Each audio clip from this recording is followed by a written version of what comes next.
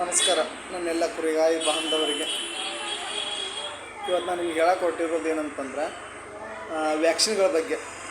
PPR, HS ಮತ್ತು ET ಇವನ್ನ ಯಾವ್ಯಾವ ಸಮಯದೊಳಗೆ ಹೆಂಗೆ ಮಾಡ್ಕೋಬೇಕಂತ ನಾನು ನಿಮಗೆ ಹೇಳಕ್ಕೆ ಹೊಂಟೇನೆ. ಒಂದನೇದಾಗಿ ನೋಡ್ಕೊತ ಹೋಗೋಣ. HS ಹೆಮರೇಜಿಕ್ ಸೆಪ್ಟಿಸೆಮಿಯಾ ಅಂತೇಳಿ. ಇದನ್ನು ಯಾವಾಗ ಮಾಡ್ಬೇಕದಪ್ಪ ಅಂತಂದ್ರೆ ಇನ್ನೇನು ಮಳೆಗಾಲ ಕೂಡದ ಅನ್ನೋದು ಮುಂಚಿತವಾಗಿ ಮಾಡಬೇಕು. ಇದನ್ನು ಯಾಕೆ ಮಾಡ್ಕೋಬೇಕಂತಂತಂದ್ರೆ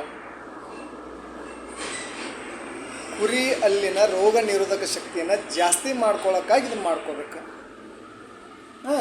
ಇದನ್ನು ಮಾಡ್ಕೊಳ್ಳೋದ್ರಿಂದ ಏನೇನೆಲ್ಲ ತಡೆಗಟ್ಕೋಬೋದು ಅಂತಂತಂದ್ರೆ ಕುತ್ತಿಗೆ ಬಾವು, ಜ್ವರ, ಮತ್ತೊಳ್ಳೆ ಒಂಥರ ತೇಕ್ ಬಂದರ್ಗತೆ ಹಾಕಿರ್ತವೆ, ಉಸಿರು ದಮ್ಮಸ್ತರ್ಗತೆ ಕೆಮ್ತಿರ್ತಾವೆ, ಉಸಿರು ದಮ್ಮಿಸ್ಕ್ಯಾರ ಕಂಟಿನ್ಯೂಸ್ ಆಗಿ ಕೆಮ್ತಿರ್ತಾವೆ. ಅಂಥದನ್ನೆಲ್ಲ ಕಡಿಮೆ ಮಾಡ್ಬೋದು. ಕಡಿಮೆ ಊಟ ತಿನ್ನೋದು, ಇದನ್ನೆಲ್ಲ ಅಡ್ವಾನ್ಸ್. ಒಂದು ಸಿಂಪಲ್ಲಾಗಿ ಹೇಳ್ಬೇಕಂತಂದ್ರೆ ಅದರ ಕುರಿಗಳಲ್ಲಿರುವಂತಹ ರೋಗ ನಿರೋಧಕ ಶಕ್ತಿಗಳನ್ನ ಜಾಸ್ತಿ ಮಾಡುತ್ತದೆ. ಮತ್ತು PPR ಪೆಸ್ಟ್ ಡಸ್ ಪೆಟಿಟ್ಸ್ ರುಮಿನೆಂಟ್ಸ್ ಇದನ್ನು ಇಂಥ ತಿಂಗಳದಾಗ ಮಾಡ್ಕೋಬೇಕಂತ ಏನು ಇಲ್ಲ. HS ಮಳೆ ಕೂಡಕ್ಕಿಂತ ಮೊದಲನೇ ಮಾಡ್ಕೊಂಡ್ರೆ ಭಾಳ ಬೆಟ್ರ್. PPR ಅಂಥದ್ದು ಏನಿಲ್ಲ. ಯಾವಾಗ ಯಾವುದು ಸಿಂಟಮ್ಸ್ ಕಾಣಿಸ್ಕೊತಾವೆ ಅವಾಗ ಇದು ಕೂಡ ಅತಿ ಹೆಚ್ಚಾಗಿ ಕೆಲಸ ಮಾಡೋದು ಅದಕ್ಕೆ ಅಂದ್ರೆ ರೋಗ ನಿರೋಧಕ ಶಕ್ತಿ ಜಾಸ್ತಿ ಮಾಡೋಕ್ಕೆ.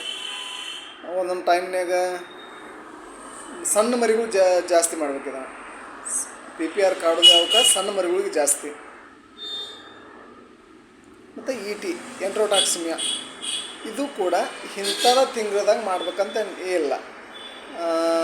ಯಾವಾಗ ಜಡ್ಡುಗಳು ಕಾಣಿಸ್ಕೊತಾವೆ ಅದಾವಂತ ಗೊತ್ತಾಗತ್ತೆ, ಅವಾಗ ಮಾಡ್ಕೋಬೋದು.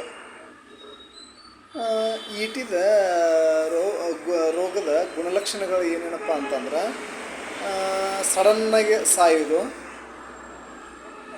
ಸೊರಗೋದು, ಹೊಟ್ಟೆ ಉಬ್ಬೋದು, ಒಂದೊಂದು ಟೈಮ್ನಾಗ ಕೇತುಕೊಳ್ಳೋದು. ಇದು ETಯ ಗುಣಲಕ್ಷಣಗಳು.